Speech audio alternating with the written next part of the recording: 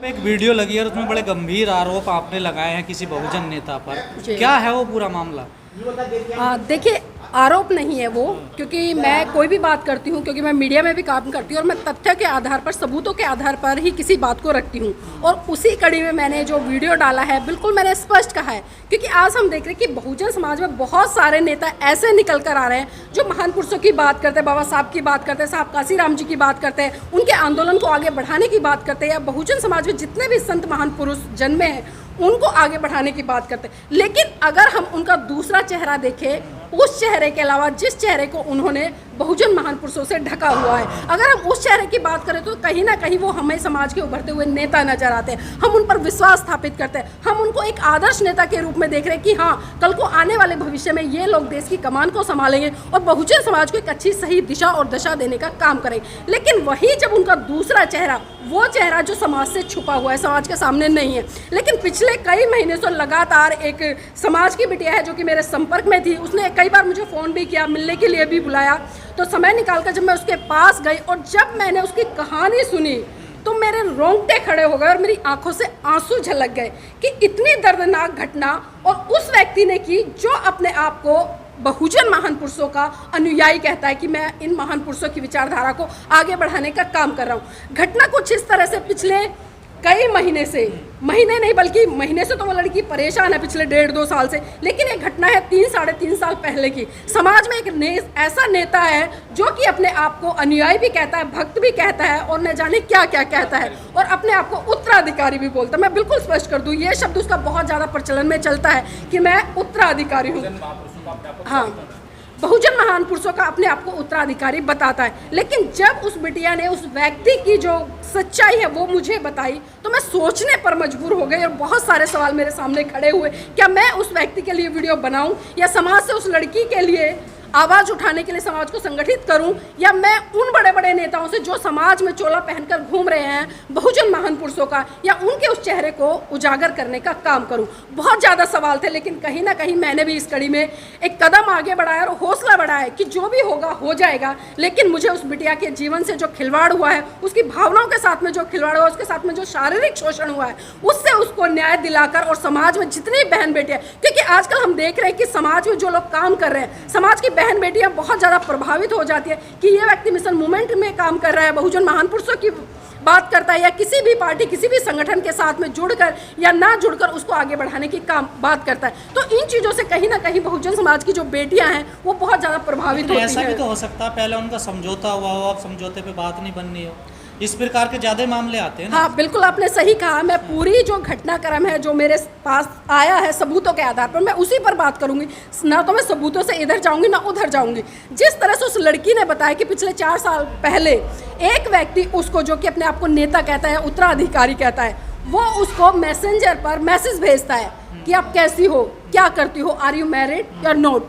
तो इस तरह की बातें करता है। जब वो लड़की बताती कि मैं शादीशुदा नहीं हूँ तो उनकी वार्तालाप और आगे बढ़ती है, और बात इतनी बढ़ती है कि मुलाकात तक बात आती है, और वो व्यक्ति उस लड़की को ये कहता है कि मेरे ऑफिस में चलो, कुछ पदाधिकारी आए हैं और वहाँ पर मिलूंगा, मैं 10 मिनट के बाद तुम्हें छोड़ दूंगा। वो लड़की पहले कई बार उससे मना करती है मिलने के लिए। वो कहती है अगर शादी करोगे तो ही मैं आपसे बात करूंगी, अपने पिताजी के साथ या अपने घर वालों के साथ। लेकिन वो कहता है मिलने में कुछ नहीं जाता। वो लड़की जाती है उसके ऑफिस पर, लेकिन होता क्या है, वो उस लड़की ने बताया कि उसके ऑफिस पर कोई भी व्यक्ति नहीं होता है, ना तो कोई संगठन का पदाधिकारी होता है, ना किसी पार्टी का पदाधिकारी होता है। उसका जो ऑफिस है, ऑफिस नहीं बल्कि वो अपने रूम पर लेकर जाता है जहाँ वो रह रहा होता है। वहाँ पर उस लड़की को बहलाकर फुसलाकर ही नहीं बल्कि उसके साथ में जबरदस्ती वो शारीरिक संबंध बनाता है, और शारीरिक संबंध बनाने के बाद में उसके एक हिडन कैमरे से वीडियो भी बनाता है।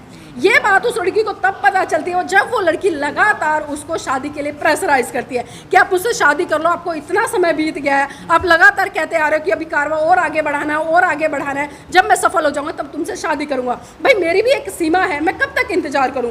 जब वो लड़की प्रेशराइज करती है तो वो व्यक्ति जो कि अपने आप को अनुयायी कहता है महान पुरुषों का, जो कि बहुजन महान पुरुष है, वो साफ साफ कहता है कि हिडन कैमरे से मैंने तुम्हारी अश्लील वीडियो बनाई है, अगर तुम ज़्यादा करोगी तो इसको मैं सोशल मीडिया पर वायरल कर दूंगा। मतलब फिर शादी नहीं हो रही अब कुल मिला का कहने का मतलब? हाँ, अब उसने बिल्कुल साफ साफ मना कर दिया है शादी करने के लिए, जो कि अपने आप को नेता कहता है या कुछ भी कहता है, उस व्यक्ति ने साफ साफ उस लड़की को मना कर दिया।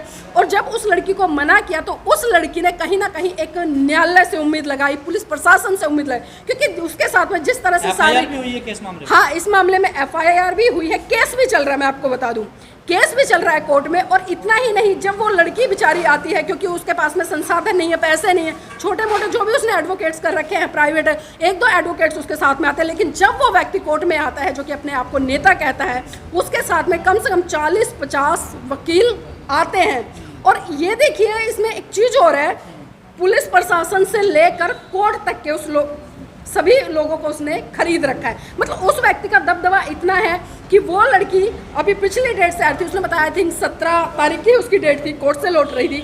उस व्यक्ति ने उस लड़की पर एक मुकदमा दायर किया, उसको बोलता है कि भाई इसने मेरे से 8-9 लाख रुपए लिए थे, अब ये मेरे पैसे दे नहीं रही है। लेकिन 7 तारीख को खारिज हो जाता है वो मुकदमा, लड़की के फेवर में जाता है। वो पूरे तथ्य और सबूतों के आधार पर कहती है भाई मैंने इससे एक पैसा भी नहीं लिया है। ये पूरा मामला उस लड़की के फेवर में जाता है। और फिर होता है क्या, वो लड़की वहाँ से आ रही होती है तो उसी व्यक्ति की गाड़ी से, जैसा उस लड़की ने बताया, उसी व्यक्ति की गाड़ी से हथियार निकालकर उस लड़की पर जानलेवा हमला किया जाता है। कोर्ट में है। हाँ, पूरा मामला कोर्ट में चल रहा है। लेकिन विडंबना ये है, चाहते हैं कि समाज के जो बेटियां बेटे हैं वो उजागर रहे हैं, मतलब बिल्कुल होशियार रहे हैं इन लोगों। मैं चाहती हूँ कि ये घटना बहुत बड़े स्तर पर सामने निकल कर आनी चाहिए, और जो व्यक्ति इस तरह की घटनाओं को अंजाम दे रहा है उसका भी चेहरा उजागर होना चाहिए, तो कि ताकि समाज में जो लोग मिशन मूवमेंट के नाम पर उनको लाखों करोड़ों रुपए डोनेशन देते हैं, ये सोचना पड़ेगा कि वो लाखों करोड़ों रुपए डोनेशन मिशन मूवमेंट पर ना लगकर बल्कि उनकी खुद की अय्याशियों पर लग रहा है। ये बहुत बड़ा सवाल है, और समझना पड़ेगा यहाँ पर लोगों को कि जो लोग किसी भी व्यक्ति को आदर्श के रूप में देखने लग जाते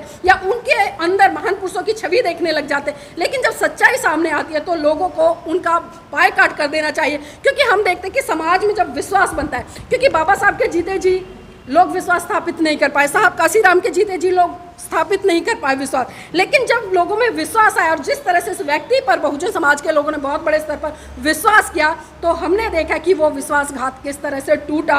और जब टूटता है विश्वासघात तो कहीं ना कहीं समाज को बहुत बड़े स्तर पर नुकसान होता है, और लोग विश्वास स्थापित करने में फिर कहीं ना कहीं हम देखते हैं कि कोसों दूर नजर आते।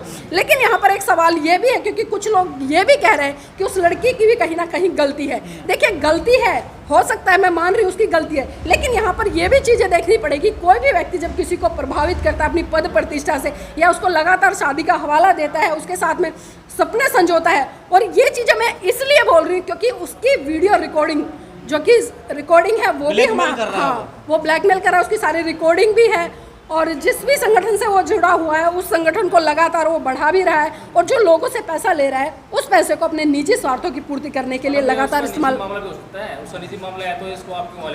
नहीं, देखिए सर, निजी मामला कैसे हो सकता है? कोर्ट में है मामला अभी तो। एक व्यक्ति अपने आप को सामाजिक कहता है, एक व्यक्ति अपने आप को महान पुरुषों का उत्तराधिकारी कहता है, तो उसका ये सामाजिक या निजी, उसका ये निजी मामला कैसे हो गया? आप मुझे खुद बताइए। चाहे तो मैं अपने आप को सामाजिक कहना छोड़ दूं, या मैं अपने आप को महान पुरुषों का उत्तराधिकारी कहना छोड़ दूं। अगर मैं निजी हूं, मैं समाज में काम नहीं कर रही हूं, किसी संगठन को नहीं चला रही हूं, किसी पार्टी से नहीं जुड़ी हूं, तो मैं निजी हो सकती हूं, वो मेरा निजी फैसला हो सकता है, वो मेरी निजी लाइफ में घटी घटना हो सकती है। लेकिन जब मैं समाज में आके समाज के लिए बुलंद आवाज और मुखर रूप से आवाज, निजी मामला ना, पर्सनल मामला, देखिए उनके संबंध रहे। अब देखिए, पर्सनल मामला, वही चीज आपने कह दी कि जिस तरह से बाबा साहब ने सन 1956 में बौद्ध धर्म को ग्रहण किया।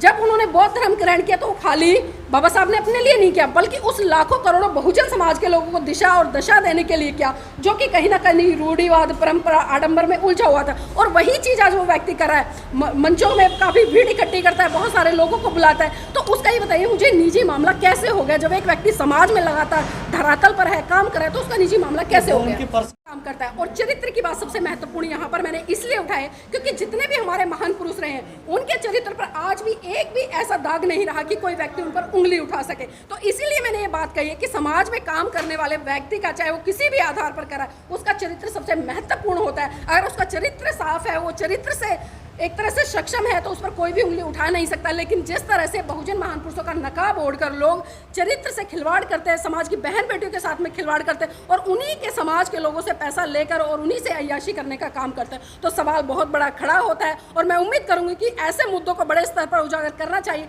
तो कि उस बेटी को न्याय मिल सके। और मैं इंतजार कर रही हूँ कि इस मुहिम को ज़्यादा से ज़्यादा लोग चलाएं और संगठित होकर उस बेटी के लिए न्याय की उम्मीद करें, ताकि अन्य समाज की या जो भी बहुजन समाज की बेटियां हैं उनको इस तरह से दुष्कर्म दुष्कर्म या उन पर जो अत्याचार शोषण हो रहे हैं उनसे बचाया जा सके।